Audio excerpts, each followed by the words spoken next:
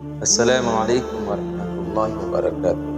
محترم ناظرین، ہمارے پیارے نبی صلی اللہ علیہ وسلم کو دنیا میں جو تکلیفیں پہنچی اس کا احاطہ کرنا ناممکن ہے۔ ایک واقعہ ہے کہ لوگوں نے حضرت عبداللہ بن عمرو بن عاص رضی اللہ عنہ سے پوچھا کہ رحمت للعالمین صلی اللہ علیہ وسلم کو مکے میں سب سے بڑی تکلیف کیا پہنچی؟